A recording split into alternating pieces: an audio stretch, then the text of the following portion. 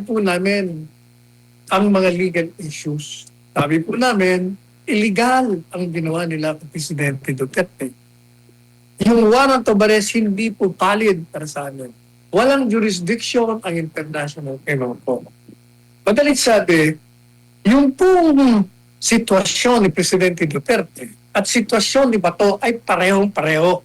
Sige po. At sa pagsimula, the unexpected and sudden appearance of Senator Ronald Bato de la Rosa at the Senate last Monday, May 11, after a forced absence of 6 months in the upper chamber, following an announcement of Ombudsman Jesus Boying Rimulya confirming that the International Criminal Court had a warrant of arrest issued against the senator, tagged as a co-perpetrator in the commission of the crime against humanity case filed against former President Rodrigo Duterte, triggered a bizarre turn of political events. It brought a swift change in the Senate leadership, resulting in the ouster of Senator Vicente Tito Soto III as Senate President and putting Senator Alan Peter Cayetano at the helm. It also paved the way for the National Bureau of Investigation or NBI agents to attempt to enforce the ICC-issued arrest warrant against Senator Bato.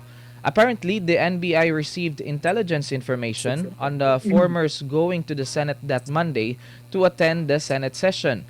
Hence, its operatives were already lying in wait at the Senate building to serve the arrest warrant, which incidentally and significantly was not shown to him. Ayan, Attorney San. Unang-una, yung pong nangyari sa Senado ng biglaan at hindi inaasahan ng pagdating ni Senador Bato. Ito po ay nagbunga ng dalawang bagay. Isa, yung pagpapalit ng liderato sa Senado at yun namang pagtatangkang arestuhin si Senador Bato de la Rosa. Kung makikita po natin, 6 na buwan na hindi dumating si Senador Bato sa mga sesyon ng Senado. At ang kadahilanan nito ay sapagkat meron pong nakaambang mandamiento de aresto na galing sa International Criminal Court. At sapagkat naniniwala siya na hindi palido ang mandamiento de aresto at ayaw niyang mapagaya sa ginawa sa illegal na pag-aresto, pagdetini at pagpapatapon kay Presidente Duterte sa Hague. Siya po ay hindi nagkita ng 6 na buwan. Subalit, nung nakaraang Lunes, 7 days ago, dumating po siya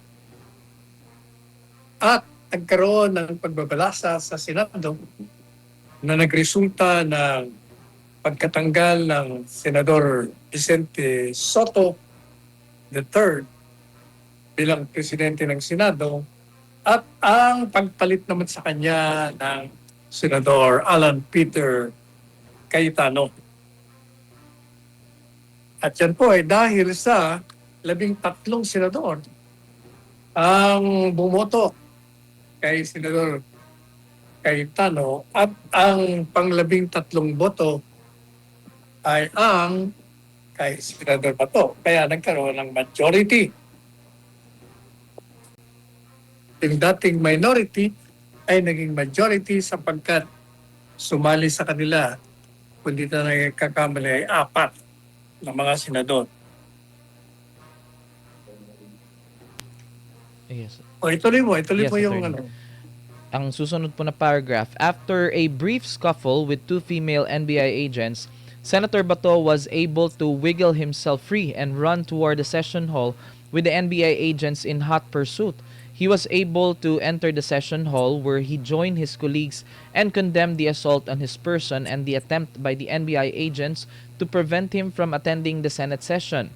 He also lambasted the NBI for disrespecting the Senate as a democratic institution. With the NBI agents surrounding the Senate building, putting the lawmakers' liberty in peril, Senator Bato was compelled to seek sanctuary in his Senate office and stayed there for 2 nights.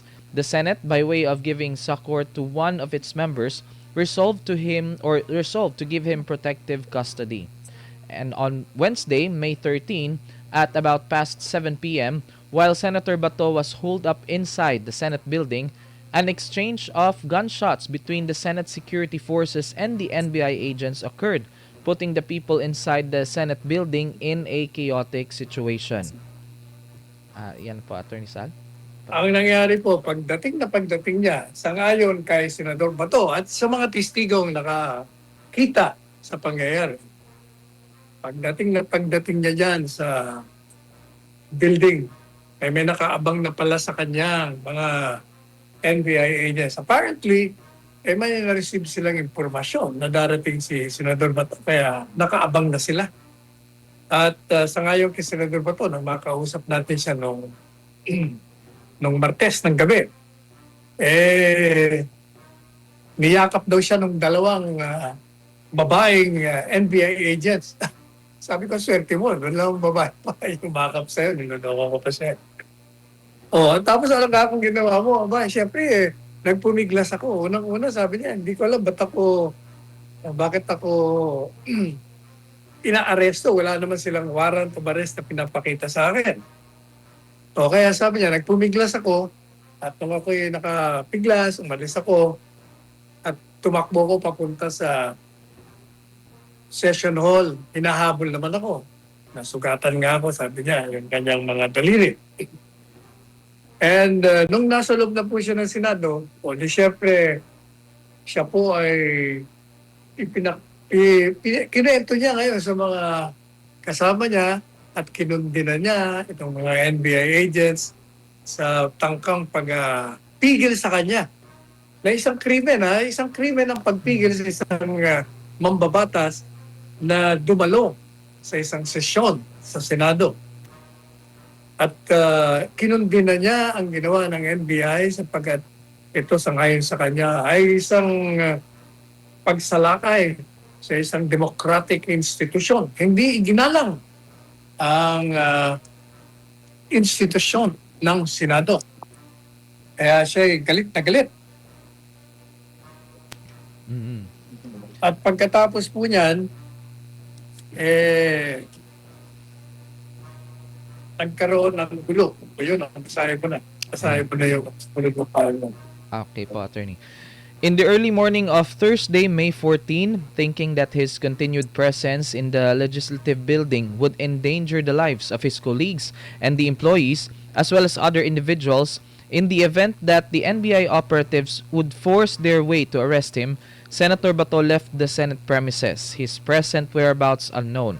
The present dispensation's attempt at making a repeat performance on Senator Bato of the infamous arrest, detention, and rendition of former President Duterte to The Hague, despite the pendency of the petition of the writ of habeas corpus filed by his daughter, Veronica Kitty Duterte, in behalf of her father on the legality of the latter's arrest and incarceration, as well the jurisdiction of the ICC, is an incorrigible, blatant, and contemptuous constitutional transgression. Since the facts and circumstances revolving around Bato's situation are identical to that of former President Duterte, it is imperative that any executive action on the enforcement of an ICC-issued warrant must be held in abeyance until the Supreme Court makes a definitive ruling on the various constitutional issues raised in the habeas corpus petition. Okay, tama yung Yeah. paano niya. Nung pinuntang ko po siya ng Martes, ibinida niya nga sa akin. Nagdala pa nga ako ng medyo kung ano-anong kailangan niya. Sabi ko, baka matatagalan ka rito. Tapos nandun yung abogado niya. At sinabi ko sa kanya, mag-file ka na ng habeas corpus. Kako yung mga pinail niyo, palagay ko mawalang galang na sa mga abogado mo. Hindi kagad mariresolve ang problema mo at matatagalan yan. Samantalang habeas corpus, sa loob ng 24 oras, tapos kagad yung sitwasyon mo. Malalaman na natin kung legal o illegal ang ginagawang tanggal sa yung kalayaan gumalaw. Sapagkat sabi ko sa kanya, the fact na naririto ka, hindi ka makalabas, nang hindi ka maaresto, ibig sabihin, tinatanggalan ka na ng freedom of movement. Merong restraint that precludes action on your part. Kaya dapat talaga, habeas corpus. Naniwala naman si Senator Bato, pero yung abogado niya, marami pang mga pasubali. Pero sabi ni Senator, sige, file mo na. Apparently, hindi yung sila nag-file. O kaya, yan ang nangyari. Anyway, so doon siya natulog. Lunes ng gabi natulog siya. Martes ng gabi natulog siya. Or what appears to be asleep. Actually, hindi naman nakatulog yun. Sapagkat siyempre, merong banta sa buhay niya. Merong banta sa kanyang kalayaan. Hindi ka talaga makakatulog. Ngayon, noong third day, nagkaroon ho ng gulo. Sapagkat nagkaroon ng putukan sa pagitan ng mga seguridad ng puwersa ng Senado at sa NBI. Ngayon ay iniimbestigahan pa nila kung ano talaga ang punot dulo. Pero sangayon sa mga salaysay mismo ng Sergeant of Arms na sinuspindi ng Ombudsman, kaya daw siya nagpaputok, warning shots, dahil yung NBI agents sa yung Blue Boy na nakita niya doon sa may exit papunta sa GSIS, hindi raw binaba yung mga baril, yung kanyang baril, at itinutok pa sa kanila. Yung NBI naman, nung tinutukan siya, although paitaas naman ng putok, siyempre nagpaputok din siya. Mukhang patay sa pataas din, para kayo naglalaro. Ano? Pero siyempre hindi mo alam ng mga tao yun sa loob. Ang pagkakaalam nila, putukan. Ibig sabihin pagputukan, baka tamaan ka ng bala. Okay, nagkagulo sila ro. Nagkaroon ngayon ng chaos sa loob. Madalit sabi, pagkatapos ng ilang oras pa, nakaguluhan, nagkaroon ng lockdown, nag-uwian yung iba, yung mga senador naman si minoria, nagkalasan, umalis. Habang nagkakagulo yung bahay nila, umalis sila. Sabi nga pala ng isa, ito, magagalit na naman sa akin ito si Ping Lacson. Kasi, umalis daw siya, kasi wala naman daw silang gagawin. Umalis daw siya, sinabihan niya naman daw yung kanyang mga empleyado, umuwi na kayo. At pangatlo, nakakausap niya raw si Matibag, yung director ng NBI, na hindi naman daw sasalakayin. Kaya daw umuwi siya. Kung hindi ka ba naman, hanga din ako sa mamang to eh. Unang-una, nagkaroon na nga ng putukan. Ibig sabihin, may sitwasyon na tensyonado doon sa Senado. Alam mo na yung mga empleyado mo o empleyado pang iba ay naroon pa. At kahit na sinabihan ka ni Matibag na hindi aarestuin, hindi ka pa rin nakakasiguro doon. Dahil nangyari na nga kumbaga nagkagulo na nga Madalit sabi, dapat hindi ka muna umalis hanggat hindi mapayapa yung lugar, hanggat nakakasiguro ka na lahat ng mga empleyado doon, mga kasama mo sa Senado, ay nasa mabuting kalagayan. Hindi, nilayasan mo lahat kayo sa minority, umalis kayo kaagad naiwan yung majority. Kala ko ba tatapang nyo? Hindi na, it's not a question of tapang or courage. It's a question of staying there because as a senator, you have the duty to secure the safety not only of the institution, but your constituents, your employees there. Hindi ka dapat umalis doon. Kayong mga majority hindi dapat umalis hanggat hindi nyo nakikita na okay na ang sitwasyon. Mapayapa na. Wala nang gulo. O hindi, kayo daw minority. Nawala kayo lahat. Ngayon, nagagalit kayo. na kayo ay kinuyog doon sa labas. Siyempre, kukuyugin kayo dahil yung mga nagrarally doon, sumusuporta kay Bato. Umalis kayo Yung mga nasa labanan ng gera, tumakas kayo. Kaya nagagalit sa inyo. Ba't nandun lang kayo sa loob hanggang hindi natatapos ang gusot? Madaling sabi, nung madaling araw, nung Huwebes, si Senador Bato, sapagkat nag-aalala siya na ang kanyang pananatili doon sa loob ng building ng Senado ay magbibigay lamang ng panganib sa mga empleyado doon, sa mga natira. Siyempre, marami akong natira doon kasi yung mga senador ng majority nandun. Siyempre, mga empleyado nilang hindi umuwi na umaalala sa kanila, mga security nila, saka yung mga security forces nandun. Siyempre, mga nganib ang kanilang buhay. Paano kung biglang sinalakay? So sabi ni Senador Bato sa sarili niya, aalis na lang ako dito. Otherwise, my very presence will risk the lives of the people here. Kaya po siya umalis. Yan ang kanyang dahilan kung bakit siya umalis. Ngayon, eto ngayon. Ito pong pagtatangka na ginawa ng NBI. Unang-una, hindi ito mangyayari kung walang utos na nanggagaling sa mga bossing nilo. Sino bang bossing ng mga ahente ng NBI? Siyempre, secretary ay yung director. Yung NBI director. Siyempre, ito namang NBI director, hindi naman ito gagalaw kung walang pagsang-ayon sa gagawin niya galing naman sa Secretary of Justice.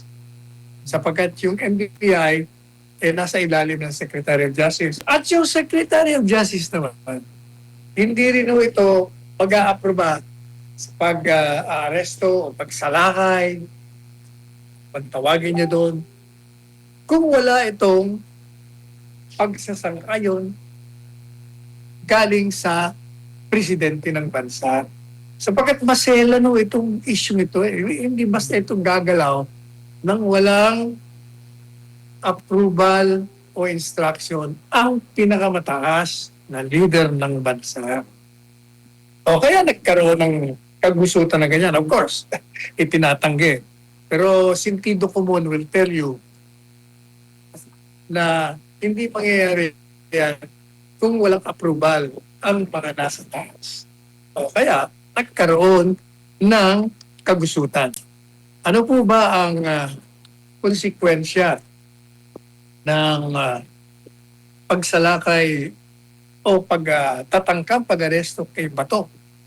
Sa tingin po natin, hindi dapat nila ginawa yun. Bakit kanyo? Unang-una, merong petition for writ of habeas corpus. Kaugnay sa pag-aresto, pagtitini, at pagpapatapon doon sa International Criminal Court sa The Hague, Netherlands, kay Presidente Duterte. At kini-question nga po natin yon sa aming inihain na habeas corpus in behalf of the daughter of the former president na si Veronica Kitty Duterte. At yung pong petition na yun, inilatag po namin ang mga legal issues. Sabi po namin, illegal ang ginawa nila kay Presidente Duterte. Yung warrant of arrest hindi po valid para sa amin. Walang jurisdiction ang International Criminal Court. Madalit sabi, yung pong sitwasyon ni Presidente Duterte at sitwasyon ni Bato ay parehong-pareho. Kaya nga sabi nga namin noon pa, pakiresolve nyo na lang kagalang-galang na mga members, justices ng Korte Suprema, sapagkat pag hindi nyo po ito niresolve kaagad, gagawin ito, may mangyayari na naman, nagkalintulad ng ginawa kay Duterte, gagawin din kay Bato, kay Bongo, at kung sino-sino pa na inilagay nilang po perpetrators di umano. Kaya dapat itong executive department, Pangulong Presidente Marcos Jr., bilang respeto at sapagkat hindi ka pa nakakasiguro kung yung warrant of arrest na isi-serve mo ay legal nga, sapagkat kini-question nga yan sa Korte Suprema nga. Dapat hindi mo muna ginawa yon. After all, 6 na buwan naman na hindi nyo nakikita si Senador Bato. Ano ba nagantay pa kayo? Sapagkat meron namang mga petisyon na inihain. Dapat naghintay. Pero itinuloy ninyo. O kaya nagkagulo. Ngayon, sinisisi nyo kung sino-sino. Sinisisi nyo si Cayetano, sinisisi nyo si Pato, dapat daw sumuko. Kung ano-ano nga pinagsasabi ninyo. Pero ang katotohanan dyan, dapat hindi muna kayo gumalaw sapagkat questionable nga, merong ang sulira problema whether or not the arrest warrant is valid and whether or not the arrest warrant has to pass through a local court sapagkat yun ang sinasabi ng saligang batas. Hindi na sinasabi ng Rome Statute. Hindi nga nasunod yun. Kaya nga tayo pumunta sa Korte Suprema. Wala eh. Para sa bagay, hindi na tayo nagtataka sapagkat ito namang administrasyon, kaya nga nang sinabi natin sa mga panayam sa akin, hindi na ako nagtatakang gagawin nila yung illegal. Sapagkat ano bang tawag mo doon sa ginawa nila sa POJC, nung sinalakay nila 3,000 para lang i-serve sa warrant of arrest. Ihinulong nila si Tibuloy. Pinailan nila ng impeachment kahit wala namang patayan, si Inday Sara. Inaresto din, kinidnap si Presidente Duterte. Lahat ng mga yan, nagpapakita na this Ladies and gentlemen, you've all been deceived. Stop using toxic administration is utterly oblivious of constitutional issues that have been raised before the Supreme Court and remain unresolved. Wala silang pakialam. Basta lang sila banat ng banat. O kaya, yung ginawa nilang pag-aaresto kay Presidente Duterte noon, inuulit na naman nila. Kaya ito tayo. Magulo na naman ang bansa natin. Tuloy mo. Yes, attorney. The executive department's move to serve a spurious warrant of arrest coming from a foreign tribunal that has no jurisdiction over a non-member country like the Philippines is a continuing assault on our own legal system and a surrender of our sovereignty to a foreign institution. Such constitutional travesty is a high crime and a betrayal of the public trust. Such government action validates the accusation that the present administration has engineered the enforcement of the invalid warrant of arrest against the former president in conspiracy with the ICC, given the fact that the chief executive has repeatedly proclaimed a foreign policy of not recognizing the jurisdiction of the ICC and proclaiming that the government would not cooperate with the ICC in whatever form or shape over the Philippines. The assault on and attempt to arrest Senator Bato as he entered the Senate building to attend a Senate session by the agents of the National Bureau of Investigation to enforce another ICC-issued warrant of arrest reinforces the accusation that the government is indeed behind the blatant violation of the constitutional rights of the senator, as the NBI would not have committed its brazen disrespect of a third branch of government without the go signal from the highest authority of the land. And tuloy na po, attorney. Okay. Tuloy-tuloy mo na. Yeah. Both the Constitution and the Rome Statute are explicit on the issuance and enforcement of a warrant of arrest. The Constitution requires a court of competent jurisdiction for the issuance of an arrest warrant after finding of probable cause. The Rome Statute requires that before an ICC warrant of arrest is enforced, it has to pass before a local judicial authority. Due process must be observed. In both the Duterte and De La Rosa cases, due process has been deliberately denied to them. And Okay. Ito po yun. Tingnan ninyo bakit sinasabi natin na yung ginawa kay Bato ngayon ay kahalintulad sa ginawa nila kay Presidente Duterte kahit nasa harap ng hindi pa napapatunayan kung yun ngang mandamiento de arresto ay merong kulay ng legalidad sang-ayon sa ating saligang batas. Pinipilit po nila na itong warrant of arrest ay legal at kini-question naman natin yon. Sangayon sa kanila, matagal ko nang gustong, kasi marami yung napapaniwala dito eh. Mm. Sabi nila, meron tayong batas, Republic Act 9851, na nagsasabi, particular daw yung Section 17, na in the interest of justice, kung ang isang international tribunal ay nag-iimbestiga na sa isang at sa ating mamamayan, maaari nating isuko ito doon sa korteng internasyonal o sa bansa kung hinihingi man ang kanyang pagpapadala sa kanilang bansa. Subalit, ang nakalagay naman doon, kung gagawin niya ng gobyerno, whether isuko mo yan, o yan ay padadaanin mo sa extradition, kailangan susundin mo rin kung anong itinatakda ng batas. Ang palagi ko nilang sinasabi, pati mga justices ng Korte Suprema ito, sinasabi nila na itong batas na ito ang applicable dito sapagkat yung International Criminal Court iniimbestigahan itong si Duterte at si Bato.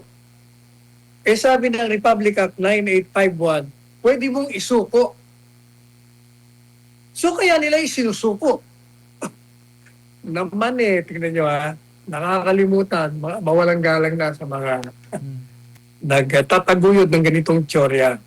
Nakakalimutan nila ang pinaka-basic pangunahing itinakda ng saligang batas. Ano po yun? Yung Bill of Rights, yung unang-unang nakalagay doon. No person shall be deprived of life, liberty, or property without due process of law. Walang mamamayan, Pilipino man o dayuhan, na maaaring tanggalan ng buhay, ng kalayaan at ng ari-arian nang hindi dumaraan sa proseso ng due process. Ang due process o ibig sabihin, bibigyan ka ng pagkakataon na malaman mo kung anong akusasyon sa'yo, na naiintindihan mo ang akusasyon sa'yo, at binibigyan ka ng karapatan na kumuha ka ng abogado para ipagtanggol ka, binibigyan ka rin ng karapatan na questionin yung mga testigo laban sa iyo sa hukuman. Madalit sabi, kailangan dumaan sa isang proseso na itinakda ng batas. Ang tanong, yun o bang Republic Act 9851 kung sinabi in the interest of justice, a person, the government has the option to surrender. Pag sinabi mo kang surrender, sinuko. Gusto niyo bang sabihin, mga kagagalang-galang na mga justices na nagbibigay ng tsoryang ganito. Pwede mong isuko ang individual na hindi mo isa sa alang-alang yung provision sa saligang batas, na hindi mo maaaring tanggalan ng kalayaan ito nang hindi dumadaan sa proseso, basta mo lang isusuko. Hindi po ba yun paglabag lantaran sa saligang batas natin? Sabi nila, hindi, batas yan. Naku, hindi po pwede na lahat ng batas ay pwedeng i-implementa. Pag ang batas ay laban sa probisyon ng saligang batas, pag ito'y kinokontra mo yung Bill of Rights, bakit yun ang pinaka-basic? Hindi po. Ibig sabihin, yung provision na yun, kung yun man ay aplikable at binibigay ang isang mamamayan, isusuko mo nang hindi dara sa due process, ibig sabihin nilalabag mo ang saligang batas. So, ibig sabihin, invalid yun, ultra vires na tinatawag. Mane yung kabuuan ng batas ay valid o valido, pero yung particular na provision na yun ay hindi po pwede sapagkat yun ay lumalabag sa due process clause of the Constitution. Pero, unang-una, hindi ho nila iniintindi yung Section 17. May nakalagay naman, may kulatilya ho doon na hindi mo naman basta isusuko lang eh. Pagpalagay mo na pwede mong isuko. Hindi naman ho ganun kasimple na pagkat nakalagay in the interest of justice. Ano ho bang ibig sabihin ng in the interest of justice? Hindi po ba sinasabi doon na kung alang-alang sa katarungan, kung ito ba'y ikabubuti ng katarungan, isuko mo. O ang tanong, will it be in the interest of justice to surrender a Filipino citizen committing a crime against a Filipino citizen committed in the Philippines at itatapon mo dun sa mga dayuhan at sila ang lilitis sa'yo? In the interest of justice ba yan? Tagumpay ba ng katarungan niya? Eh, syempre hindi, sapagkat bakit to? Eh, meron tayong sistemang legal, malaya tayong bansa. Ang ating sistemang legal ay malusog. Ang dami nating pinakulong. 2 presidente pinakulong natin. Sinipa natin ng isang presidente. So hindi mo masasabing wala tayong kakayahan. O madalit sabi, hindi po pwede yung sinasabi niya na basta isusuko mo, assuming na pwede, na hindi nga po pwede dahil kontra sa due process clause ng Constitution. Kasi nakalagay in the interest of justice, yan ang unang-unang sinasabi. Kung ikabubuti ng katarungan, ano magiging mabuti yun? Isusuko mo ang isang Pilipino na gumawa ng krimen laban sa kapwa niya Pilipino dito sa bansa. Eh may hukuman tayo dito, itatapon mo doon? Is that in the interest of justice? Hindi. Pangalawa, doon sa bandang huli, sinabi na pwede mong isuko o extradite. Pero sang-ayon sa extradition law. Kung susundan mo yung extradition law, sinasabi rin mo doon, bago mo isuko ang isang mamamayan na hinihingi ng isang bansa dahil may kinumit ng krimen sa kanila, eh kailangan paraanin mo pa rin sa proseso. Yung due process nandun din eh. Sabi naman nila, teka muna, yung extradition, hindi naman, yun eh, applicable lang sa bansa. International Criminal Court naman to.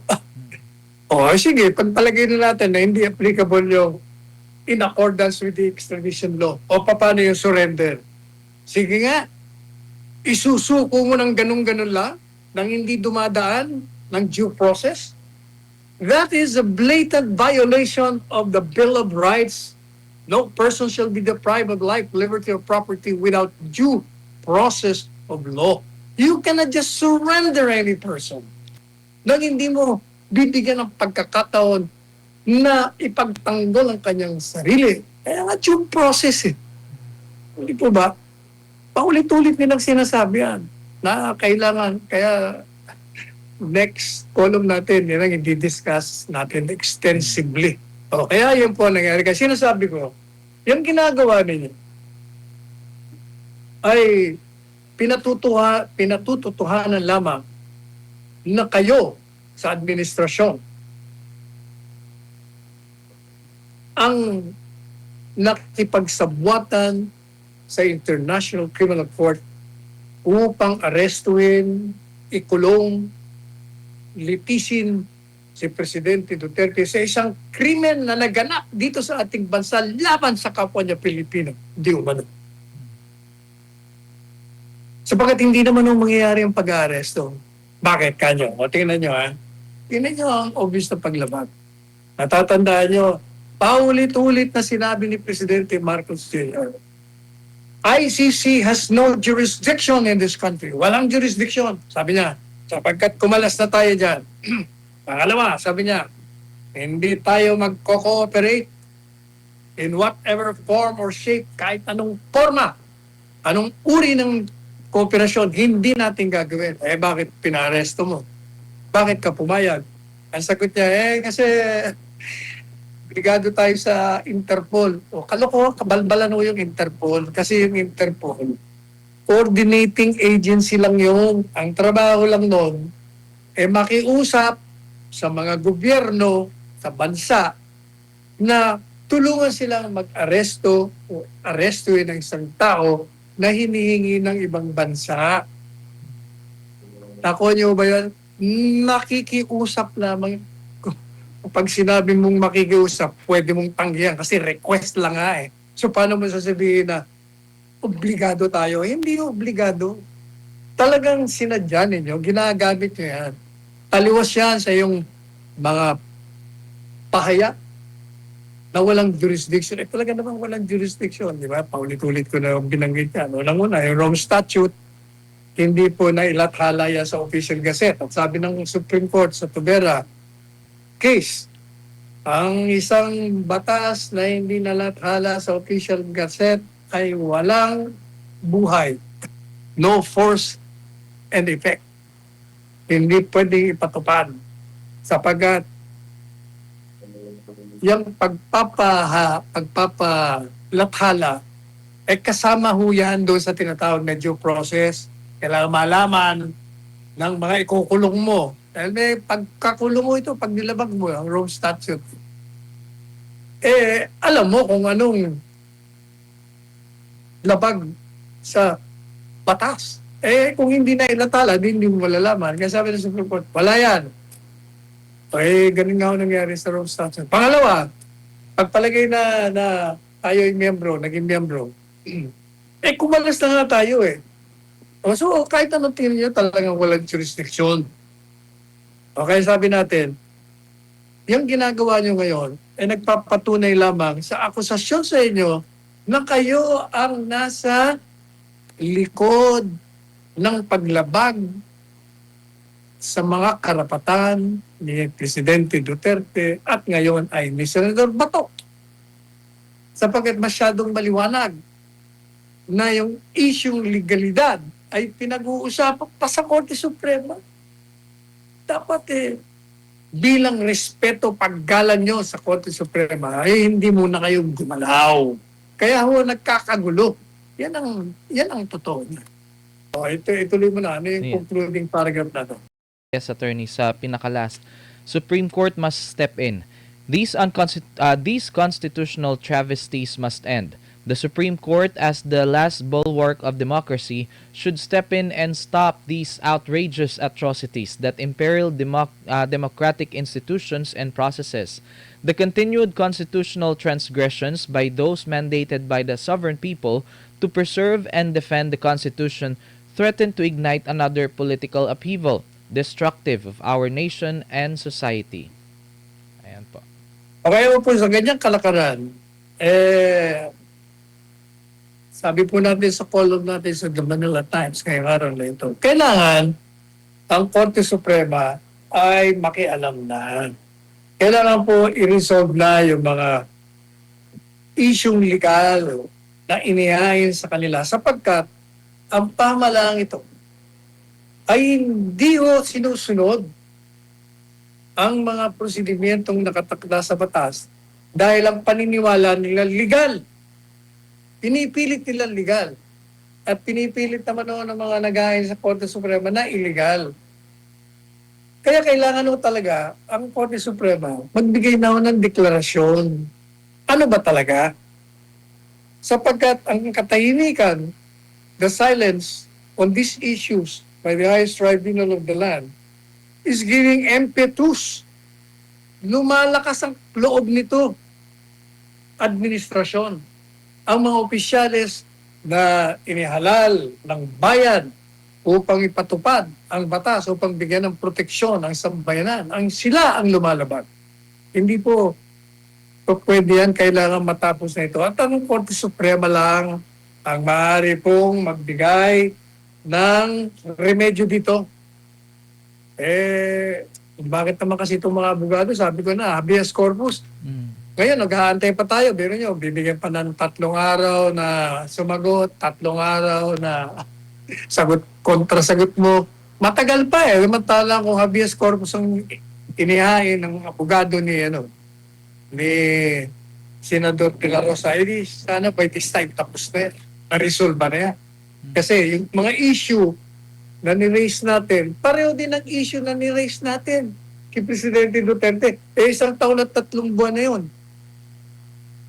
O ibig sabihin, napag-aralan na yan, madali na. Pero kung kasi, papayag ka ng petition ng certiorari, petition ng writ of amparo, meron nung prosedimento, may process, matagal. Samantalang habeas corpus, 24 oras, i-resolve na kagad. Yun ang ginawa ng abogadong yan noon, certiorari rin pinail. Hindi nga, kaya nga nailipad si Presidente Duterte kasi certiorari. Ilang araw pa bago ma-resolve. Mantala kung nag-file sila ng habeas corpus noon, na-resolve sana. Yun naman pong amin. Unang-una, kaya tayo hindi nakapile ng habeas corpus. Kasi nasa Malacanang, nasa Hong Kong tayo. Hindi nga natin alam. Ang bilis ng pangyayari. Kaya nung ako sinabi ng certiorari, sinabihan ko na, madaling sabi ko, mali yung certiorari nyo. Habeas corpus. Pero pagdating ko, hindi ba, nagkagulo na ando na sa Villamor. So, dali-dali kong ginawa yung habeas corpus kasi nga, mali yung petition for certiorari. Pero natapos po namin hapon na rin at nakasakay na. Kaya hindi na action ng kara-karaka kasi nakalipad na. Pero tinuloy pa rin natin sapagkat sabi natin, ang Korte Suprema ay may jurisdiction doon sa mga taong lumabag sa saligang batas. At mayroong kapangyarihan na utusan ng mga ito na gumawa ng kaparaan ng ibalik si Presidente Duterte dito dahil illegal ang kanilang ginawa. At meron tayong mga Senate na president, gaya ng Quetebes, kahit na natalo tayo sa extradition, na ibalik natin dito. At doon naman sa Estados Unidos, si Presidente Trump, yung tinapon niya, inaresto, tinapon, in-expel. Sabi ng Korte Suprema, balik mo yan, mali ka. Dapat pinadaan mo sa due process. O, madalit sabi, yung pong yan ay kung na-file sana, sana tapos na ho, na-resolve na ng Korte Suprema within 24 hours. Baka by this time, alam natin, ano ba? So kaya sabi natin, pag hindi ho natin kasi tapusin itong ganito, paulit-ulit ho na mangyayari yan. Uulitin niya kay Bongo, uulitin niya kay Tanaw, kay Albayalde, at kung sino-sino pang isinasangkot nila doon sa kaso sa The Hague, sa International Criminal Court.